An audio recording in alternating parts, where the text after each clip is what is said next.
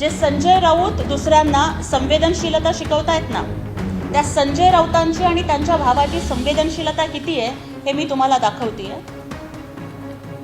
इर्षावाडी दुर्घटनेनंतरही आमदार राऊतांचा वाढदिवस दणक्यात साजरा करण्यात आलेला आहे. इर्षावाडी दुर्घटनेनंतरही आमदार राऊतांचा वाढदिवस दणक्यात साजरा. या निमित्ताने आमदार सुनील राऊत यांनी शक्ती प्रदर्शन केलेलं आहे.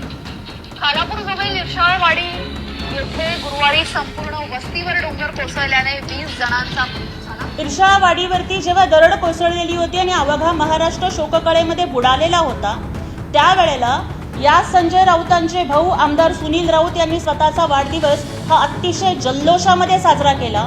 डीजे बीजे लावून ते नाचले, मग तेव्हा त्यांना लाज वाटली नाही. जे संजय राऊत रोज स्वतः माईक समोर येऊन दुसऱ्याला अक्कल शिकवतात, ते स्वतःच्या भावाला त्यांना ही अक्कल शिकवता आली नाही का?